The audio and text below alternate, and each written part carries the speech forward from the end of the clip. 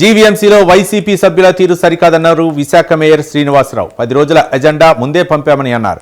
కౌన్సిల్లో గీతం వ్యవహారంపై చర్చ జరుపుతామన్న ఆందోళనలు చేశారని విశాఖ మేయర్ చెప్పారు.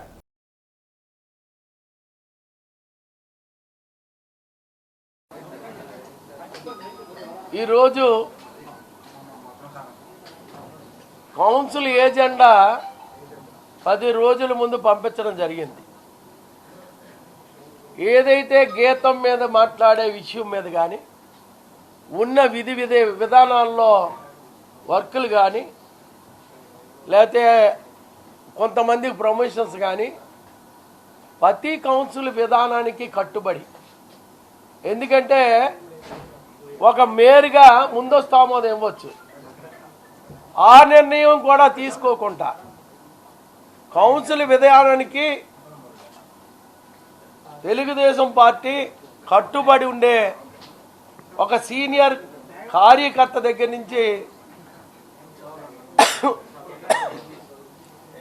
విధి విధానాలకి కట్టుబడి పనిచేసే వ్యక్తిని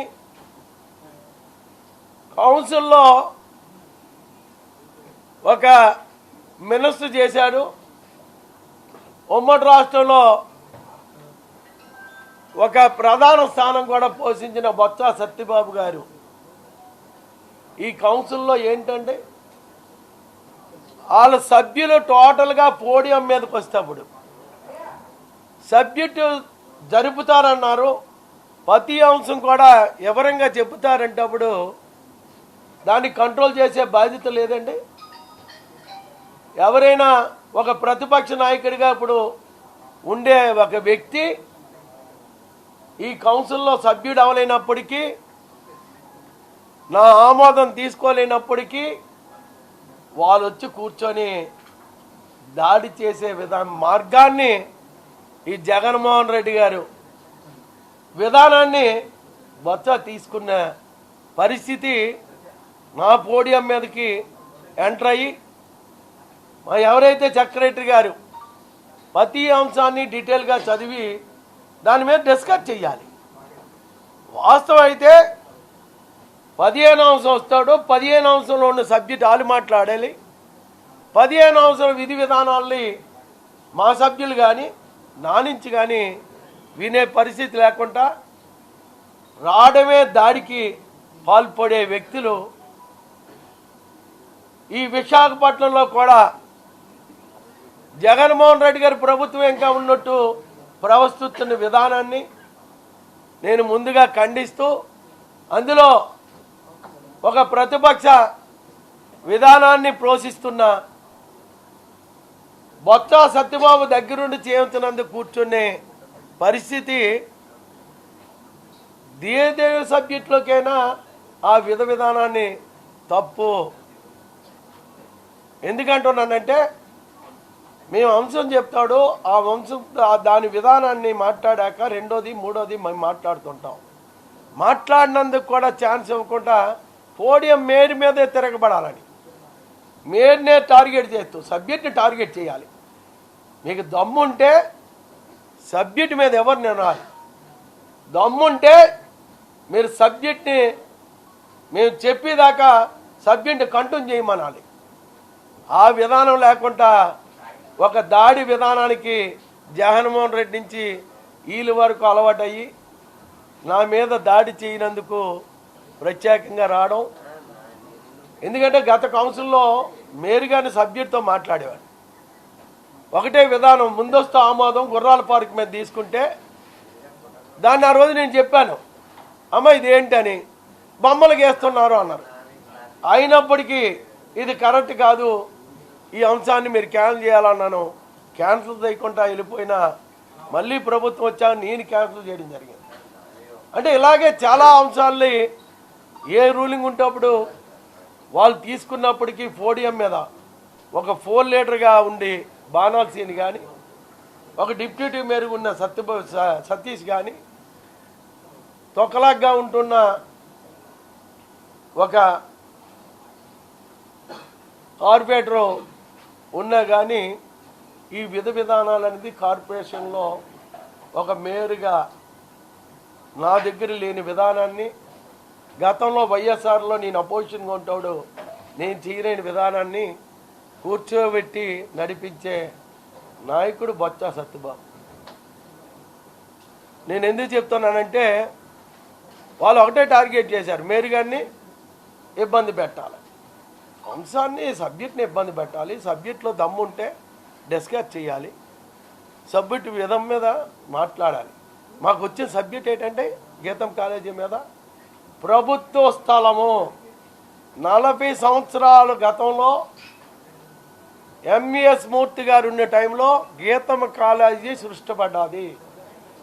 ఆ రోజు నుంచి ఎంతోమంది, ఈవేళ మా ఇంట్లో కూడా మా అబ్బాయి గీతమే చదివాడు, మా అన్నీ గారి పాప కూడా 25 సంవత్సరాల ముందు డెంటల్గా అక్కడ డాక్టర్గా అక్కడి నుంచి సబ్జెక్ట్ తీసుకున్నారు. విదేశాల్లో ఉన్న చాలామంది ఈ కాలేజీ నుంచి చదివి వెళ్ళారు. వీళ్ళందరూ స్ఫూర్తి విశాఖపట్నానికి గీతం కాలేజీలో ఎడ్యుకేషన్లో ఉమ్మడి రాష్ట్రంలో ఎక్కువ మందికి ఉద్యోగాల ప్రయారిటీ వచ్చింది కూడా గీతం కాలేజీ ద్వారా వచ్చింది. ఇవన్నీ మర్చిపోయి కౌన్సిల్ తప్పు చేస్తుందని, కౌన్సిల్ ఎందుకు తప్పు చేస్తుందండి? కౌన్సిల్ తెలియజేస్తున్నారు, కౌన్సిల్ దాని మీద రేటు ఫిక్స్ అయినందుకు లేదు, కౌన్సిల్ కార్పొరేషన్ జాగా సైట్ ఇవ్వలేదు, కౌన్సిల్ దాన్ని అడ్డంగా ప్రభుత్వానికి కూడా సంబంధం లేదని నేను డిక్లేర్ చేయలేదు.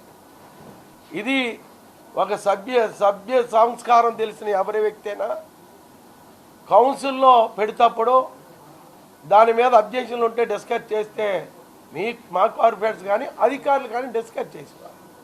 ఆ డిస్కషన్ లేక దాడే అయిన విధానమని, ఆ విధానానికి కార్పొరేట్లని ఎంకరేజ్ చేస్తూ ఆ విధానాన్ని తీసుకున్న సత్యబాబు గారి విధానాన్ని మార్చుకోమని నేను హెచ్చరిస్తున్నాను.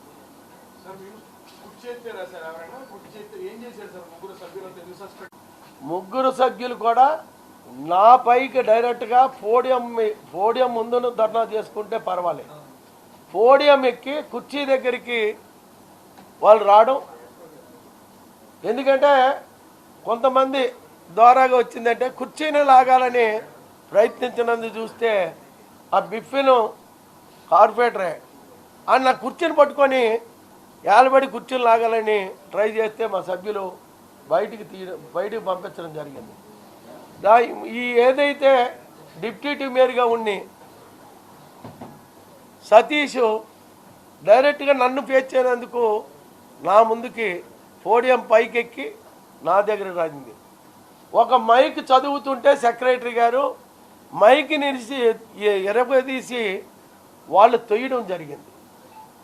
అంటే విధి విధానాల్లో ఇంకా జగన్మోహన్ రెడ్డి పాలన దౌర్జన్య పాలన ఈ కార్పొరేషన్లో చేయనందుకు ఇప్పటి వరకు కార్పొరేషన్లో మేము ఇప్పుడు ఆ ప్రవర్తన చేయలేనప్పటికీ ఆ విధానాన్ని చూసినందుకు ఈ కార్పొరేషన్ తరఫున ఇటువంటి వ్యక్తుల్ని ప్రజలు గుర్తించాలని నేను రిక్వెస్ట్ చేస్తున్నాను. మేము కార్పొరేషన్లో చేసే విధానాన్ని ఏదైతే విధానాన్ని కంటిన్యూ చేయాలో ఆ విధంగా ప్రతిదీ 1వ, 2వ, 3వ అని చదువుతూ 15వది కూడా ఆమోదించి మేము చైర్ దిగడం జరిగింది. ఎన్ని ప్రయత్నాలు చేసినా చంద్రబాబు నాయుడు గారి నాయకత్వంలో, పవన్ కళ్యాణ్ గారి నాయకత్వంలో, బీజేపీ సహకారంతో ఈ విశాఖపట్నంలో ఒక మేయర్గా నాకు తెలిసినంత వరకు ఎప్పుడు కూడా తప్పు జరిగే పరిస్థితి ఉండదు. మాకు తెలియజేశారు, ఆ తెలియజేసింది సభ్యులకు తెలియజేసే నాకు బాధ్యత ఉంది. సభ్యులకు కౌన్సిల్ ద్వారాగా తెలియజేసే బాధ్యతతో అందరికీ తెలియజేయనందుకు పెట్టడం జరిగింది. ఆ సబ్జెక్ట్ని వినాలి.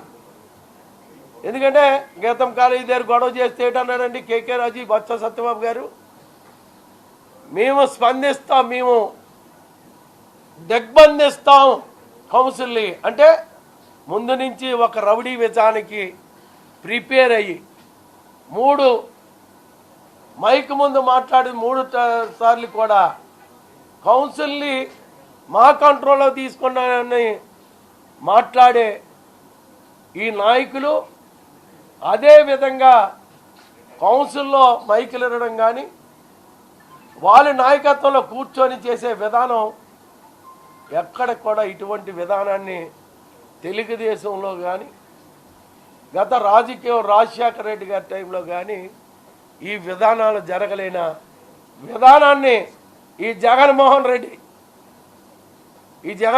లాగా మేము ఎక్కడ ఆక్యుపై చేయలేదే. నేను ఒకటే చెప్తున్నాను, మూర్తి గారిది 40 సంవత్సరాల ముందు నుంచి సైట్ ఉంది. ఆ సైట్ ఉన్నప్పుడు జగన్మోహన్ రెడ్డి గారు దానికి గవర్నమెంట్ సైట్ అని దానికి ఏదైతే కంచేయడం జరిగింది. మీకు నిజంగా చిత్తశుద్ధి ఉంటే ఆ రోజు మీరు నిర్ణయం ఎందుకు తీసుకోలేకపోయారు?